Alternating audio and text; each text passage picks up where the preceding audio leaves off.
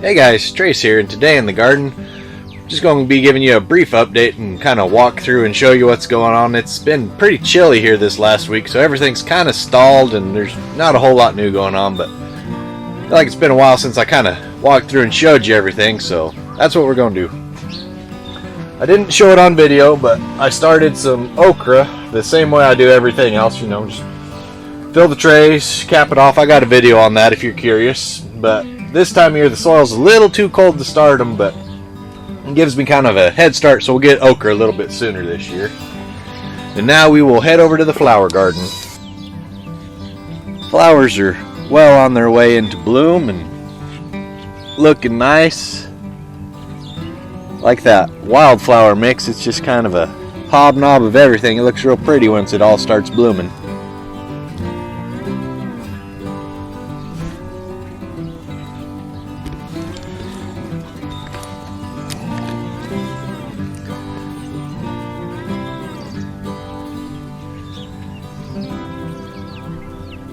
The potatoes are doing well this year. Usually we start getting blight because it gets so hot and humid, and this year I think it's actually going to be one of our better years for potato crops because they're hanging in there a little bit longer, so hopefully we'll get bigger potatoes than usual. And then right behind us here, our carrots. It looks like our germination rate for them was about the same as the scattered seed and the tape, and they're all growing well. The tomatoes are doing well. They're starting to set a little bit of fruit. We've already gone through and clipped them again and been suckering them as they grow. Had a little bit of hail damage the other day, but I think everything's going to pull through. Didn't lose too many plants. Mostly our smaller seedlings are what got lost in the hail.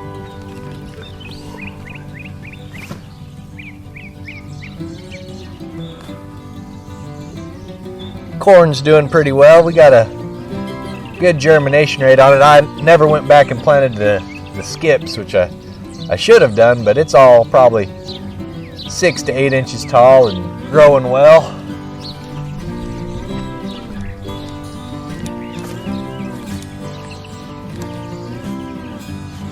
So my onions, I'm getting a little bit excited about that. The nematodes I sprayed down seem to have worked.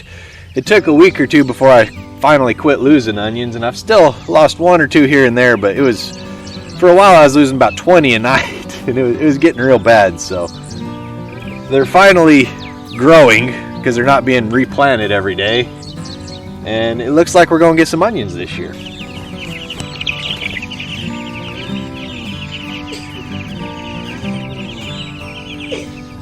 Chicks are doing well, growing, and pretty soon they'll be putting in some real feathers and losing all their fluff. Making butter! Apparently we're doing a homeschool project making butter, and my wife needs help shaking the jar. Really? Like right now? Yeah.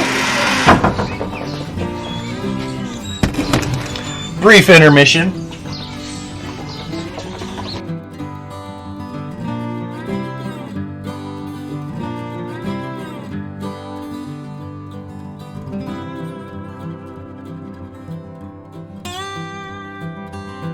Need to get the taste it.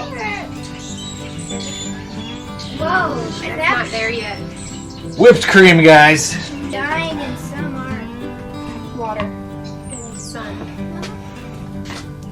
All right, we shook it straight through. Now we got butter and buttermilk. Okay, now I gotta go write about it.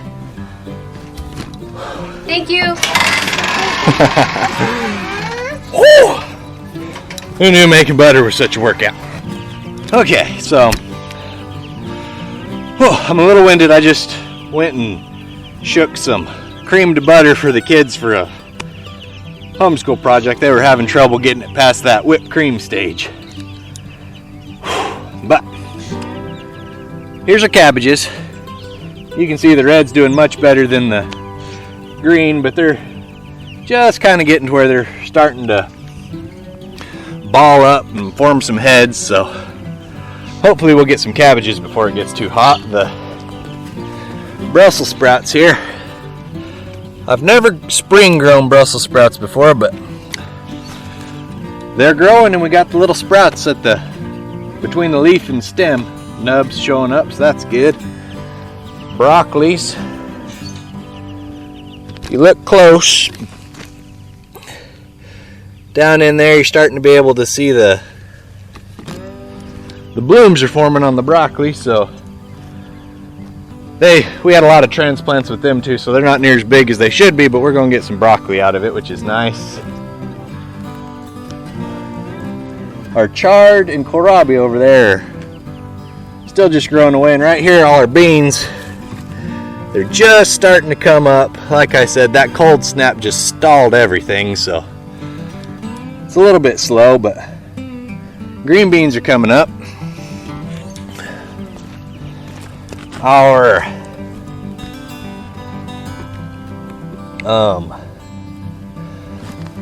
cucumbers are, I don't know, they're doing okay. Our seeds we planted are sprouting, which is good, but we've also lost about half of what was left, so we may go in and plant a few more, just see what happens with these guys. I might replant the whole crop a little bit later if the bug pressure is just too much for them to handle. Once we get to that warmer weather, when things are growing a little bit quicker, they can handle a little bit of bug pressure. But right now they get that bug pressure and it just kills them right off.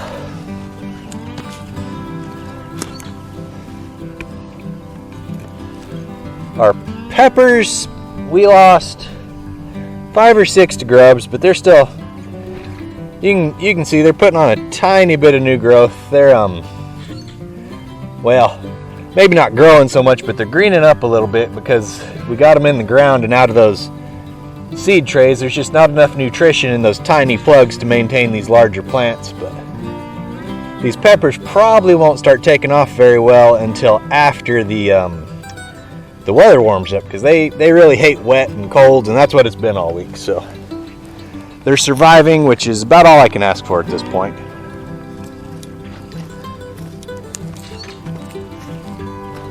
Our hedge is actually, we've seen a little bit of new growth with the hedge, which is good. I need to go back in, pull my string line out, and weed eat between them, make sure they have room to grow without too much competition. These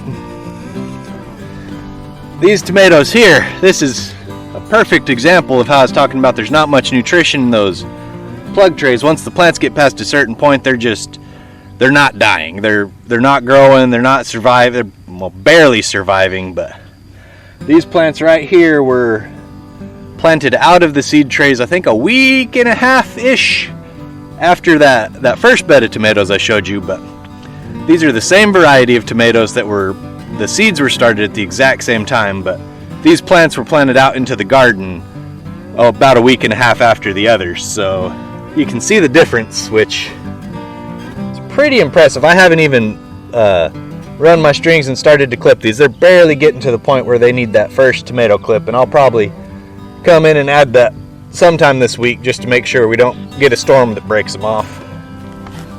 So here is our determinate, our celebrity tomatoes, which are also growing really well. They're probably to the point where I could come in and go up 3 or 4 inches and add one more string to them. They're got lots of blooms on them, but like these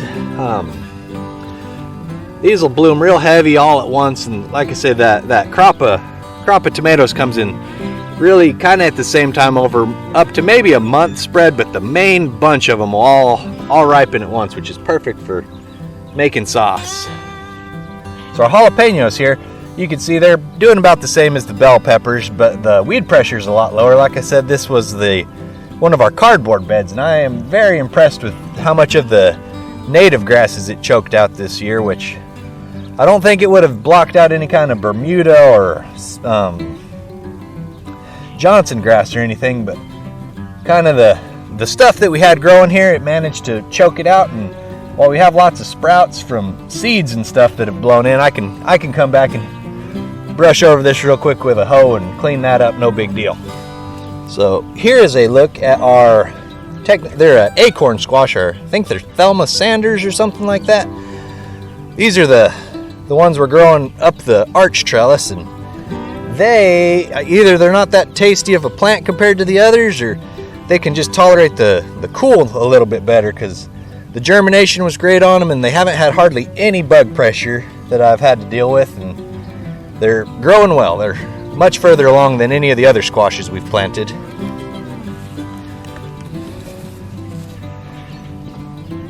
Now, here's a look at our zucchinis, which you can look. This is a bed I just hoed over real quick, and some of this stuff coming through is actually perennial weeds that are pushing up through the bottom, and a lot of this grass is grass that I just hoed off real quick. I didn't get enough of the root out to kill it, so it's coming back up. So this was the same types of weeds and grasses that was in the cardboard bed, but no cardboard in this one. But this here is our zucchini plant, and this is the lone survivor. It's doing pretty well, and everything else for zucchini is just barely breaking through.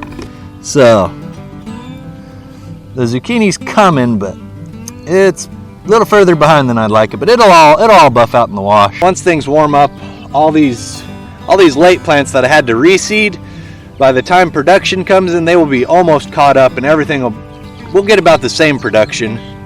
Some of the ones I'm having to replant 2 or 3 times, it's also a good thing, because it'll be kind of like succession planting, and by the time the first plants mature and are just kind of not as productive, the later plants will be still producing quite a bit of fruit, which will just extend our season, and we'll also come in and transplant or replant after our plants mature and get past the point of being healthy, like real heavy producing. We'll tear them out, and as we tear a couple out, we'll plant seeds and just slowly work our way through them. That way we get more production for the rest of the year. Our cucumber melons, and behind them you'll get a little bit better look at the chard and the kohlrabis. The kohlrabis are starting to ball up, which is pretty cool. And Armenian cucumbers are actually a cucumber melon, so they're kind of like the peppers and stuff, and they'd rather have the heat than this cool, so the cool weather we've been getting has really been stunting them.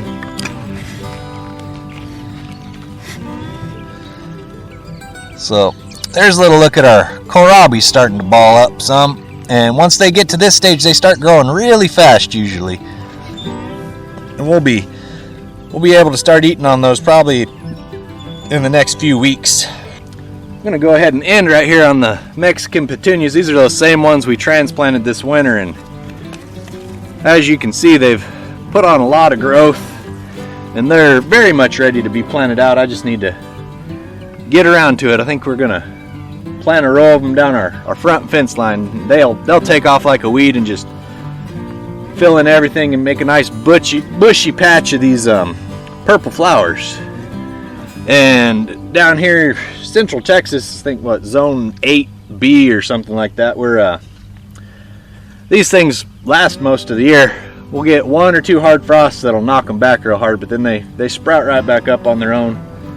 Pretty well a maintenance-free plant for us, so that'll be nice to have those in. Thanks for watching, and I'll catch you in the next one.